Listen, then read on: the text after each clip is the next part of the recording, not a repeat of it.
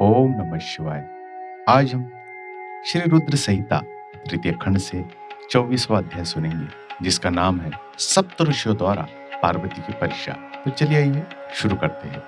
ब्रह्मा जी कहते हैं, देवताओं के अपने अपने निवास पर लौट जाने के उपरांत भगवान शिव पार्वती की तपस्या की परीक्षा लेने के विषय में सोचने लगे। वे अपने परात्पर माया रहित स्वरूप का चिंतन करने लगे। वैसे तो वे सर्वेश्वर और सर्वज्ञ है, वे ही सबके रचनाकार और परमेश्वर है। उस समय देवी पार्वती बहुत कठोर तप कर रही थी। उस तपस्या को देखकर स्वयं भगवान शिव भी आश्चर्यचकित हो गए। उनकी अटूट भक्ति ने शिव जी को विचलित कर दिया। तब भगवान शिव ने सप्तऋषियों का स्मरण किया। उनके स्मरण करते ही सातों सप्तऋषि वहां आ गए। वे अत्यंत प्रसन्न थे और अपने सौभाग्य की सराहना कर रहे थे। उन्हें देखकर शिव जी हंसते हुए बोले, आप सभी परम हितकारी व सभी वस्तुओं का ज्ञान रखने वाले हैं। गिरिराज हिमालय की पुत्री पार्वती इस समय सुस्थिर होकर शुद्ध हृदय से गौरी शिखर पर घोर तपस्या कर रही है। उनकी इस तपस्या का एकमात्र उद्देश्य है मुझे पति रूप में प्राप्त करना है। उन्होंने अपनी सभी कामनाओं को त्याग दिया है। मुनिवरों, आप सब मेरी इच्छा से देवी पार्वती के पास जाए और उनकी दृढ़ता की परीक्षा ले। भगवान शिव की आज्ञा पाकर सातों सप्तऋषि देवी पार्वती के तपस्या वाले स्थान पर चले गए। वहां देवी पार्वती तपस्या में लीन थी। उनका मुख तप पुंज से प्रकाशित था। उस उत्तम व्रतधारी सप्त ऋषियों ने हाथ जोड़कर मन ही मन देवी पार्वती को प्रणाम किया। तत्पश्चात ऋषि बोले, हे देवी गिरिराज नंदिनी, हम आपसे यह जानना चाहते हैं कि आप किस लिए यह तपस्या कर रही है। आप इस तप के द्वारा किस देवता को प्रसन्न करना चाहती है और आपको किस फल की इच्छा है। उन सप्त ऋषियों के इस प्रकार पूछने पर गिरिराज कुमारी देवी पार्वती बोली, मुनीश्वरों, आप लोगों को मेरी बातें अवश्य ही असंभव लगेगी।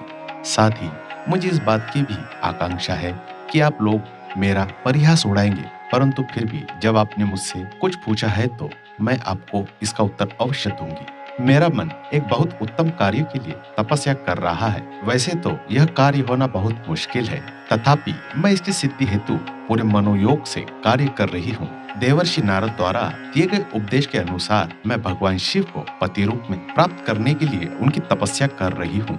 मेरा मन सर्वथा उन्हीं के ध्यान में मग्न रहता है तथा मैं उन्हीं के चरणारविंदों का चिंतन करती रहती हूँ। देवी पार्वती का यह वचन सुनकर सप्तऋषि हंसने लगे और पार्वती को तपस्या मार्ग से निवृत्त करने के उपदेश से मिथ्या वचन बोलने लगे। उन्होंने कहा, हे हिमालय पुत्र पार्वती, देवर्षि नारद तो व्यर्थ ही अपने को महान पंडित मानते हैं।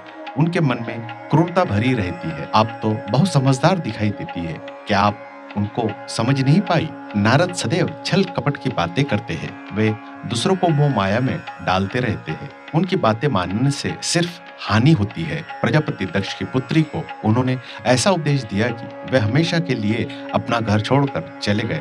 दक्ष के ही अन्य पुत्रों को भी उन्होंने बेघर कर दिया और वे भिखारी बन गए। विद्याधर चित्र केतु का नारद ने घर उजाड़ दिया। प्रहलाद को भक्ति मार्ग पर चलवाकर और उन्हें अपना शिष्य बनाकर उन्होंने हिरण्यकशिपु से प्रहलाद पर बहुत से अत्याचार कराए। मुनि नारद सदैव लोगों को अपनी मीठी मीठी वाणी द्वारा मोहित करते हैं, फिर अपनी इच्छानुसार सबसे कार्य करवाते हैं। वे केवल शरीर से ही शुद्ध दिखाई देते हैं, जबकि उनका मन मलिन और क्लेश युक्त रहता है। वे सदैव हमारे साथ रहते हैं, इसलिए हम उन्हें भली भांति जानते और पहचानते हैं। हे देवी, आप तो अत्यंत विद्वान और परम ज्ञानी जान पड़ती है। भला आप कैसे नारद द्वारा मूर्ख बन गई? देवी, आप जिनके लिए इतनी कठोर तपस्या कर रही है, वे भगवान शिव तो बहुत उदासीन और निर्विकार है। वे सदैव काम के शत्रु है। हे पार्वती, आप थोड़ा विचार करके देखो कि आप किस प्रकार का पति चाहती है। अब मुनि नारद के बहकावे में ना आए। भगवान शिव तो महान निर्लज्ज, अमंगल रूप, काम के परम शत्रु, निर्विकारी, उदासीन, कुल से हीन, भूत व प्रेतों के साथ रहने वाले हैं। भला इस प्रकार का पति पाकर आपको किस प्रकार का सुख मिल सकता है? नारद मुनि ने अपनी माया से तुम्हारे ज्ञान को और विवेक को पूर्णतया नष्ट कर दिया है और तुम्हें अपनी छल कपट प्रपंच वाली बातों से छला है।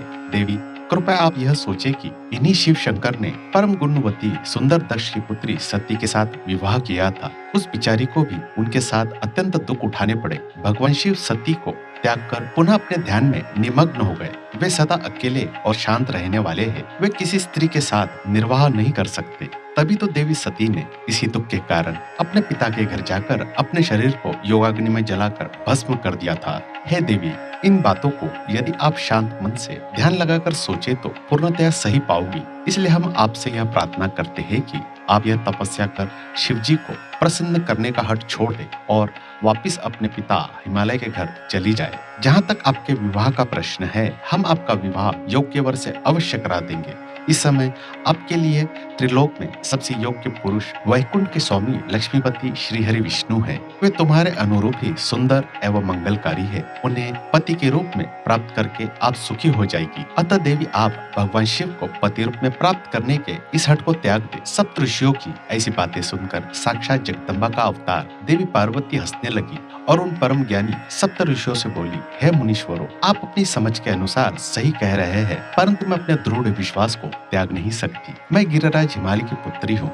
पर्वत पुत्री होने के कारण मैं स्वाभाविक रूप से कठोर हूँ। मैं तपस्या से घबरा नहीं सकती। इसलिए हे मुनिगणों, आप मुझे रोकने की चेष्टा न करें। मैं जानती हूँ कि देवर्षि नारद ने जो उपदेश मुझे दिया है और शिवजी की प्राप्ति का साधन जो मुझे बताया है वह असत्य नहीं है। मैं उनका पालन अवश्य करूंगी। यह तो सर्वविदित है कि गुरुजनों का वचन सदैव हित के लिए ही होता है। इसलिए मैं अपने गुरु नारद जी के वचनों का सर्वथा पालन करूंगी। इससे ही मुझे दुखों से छुटकारा मिलेगा और सुख की प्राप्ति होगी। जो गुरु के वचनों को मिथ्या जानकर उन पर नहीं चलते, उन्हें इस लोक और परलोक में दुख ही मिलता है। इसलिए गुरु के वचनों को पत्थर की लकीर मानकर उनका पालन करना चाहिए। अतः मेरा घर बसे या न बसे, मैं तपस्या का यह पथ नहीं छोड़ूंगी। हे मुनीश्वरों, आपका कथन भी सही है। भगवान विष्णु सद्गुणों से युक्त है तथा नित नई लीलाएं रचते हैं, परंतु भगवान शिव साक्षात परब्रह्म है। वे परम आनंदमय है। माया मोह में फंसे लोगों को ही प्रपंचों की आवश्यकता होती है।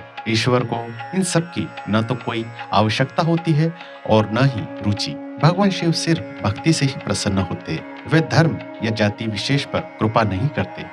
ऋषियों, यदि भगवान शिव मुझे पत्नी रूप में नहीं स्वीकारेंगे तो मैं आजीवन कुंवारी ही रहूंगी और किसी अन्य का वरण कदापि नहीं करूंगी। यदि सूर्य पूर्व की जगह पश्चिम से निकलने लगे, पर्वत अपना स्थान छोड़ दे और अग्नि शीतलता अपना ले, चट्टानों पर फूल खिलने लगे, तो भी मैं अपना हट नहीं छोड़ूंगी। ऐसा कहकर देवी पार्वती ने सप्त ऋषियों को दोनों हाथ जोड़कर प्रणाम किया तथा भक्ति भाव से शिव चरणों का स्मरण करते हुए पुनः तपस्या में लीन हो गई। तब पार्वती के श्रीमुख से उनका दृढ़ निश्चय सुनकर सप्तऋषि बहुत प्रसन्न हुए और उनकी जय जयकार करने लगे। उन्होंने पार्वती को तपस्या में सफल होकर भगवान शिव से मनोवांछित वरदान प्राप्त करने का आशीर्वाद दिया। तत्पश्चात देवी पार्वती की तपस्या की परीक्षा लेने गए सप्तऋषि उन्हें प्रणाम करके प्रसन्न मुद्रा में भगवान शिव को वहां हुई सभी बातों का ज्ञान कराने के लिए शीघ्र उनके धाम की ओर चल दिए। तब भगवान शिव शंकर के पास पहुंचकर सप्त ऋषियों ने उनके समीप जाकर दोनों हाथ जोड़कर उन्हें प्रणाम किया और उनकी स्तुति की। तत्पश्चात सप्त ऋषियों ने महादेव जी को सारा वृत्तांत बताया। फिर प्रभु शिव की आज्ञा पाकर सप्तऋषि स्वर्गलोक चले गए। और इसी के साथ श्री रुद्र संहिता तृतीय खंड 24वां अध्याय यही समाप्त होता है। इसके अगले एपिसोड में हम 25वां अध्याय सुनेंगे, जिसका नाम होगा शिव जी द्वारा पार्वती जी की तपस्या की परीक्षा करना। मुझे आशा है आप उस एपिसोड को भी जरूर सुनेंगे। दोस्तों, अगर आपको यह जानकारी अच्छी लगी हो तो कृपया मेरे इस चैनल को सब्सक्राइब करें और शेयर करें। आपको यह जानकारी सुनने के लिए मैं दिल से धन्यवाद करता हूँ।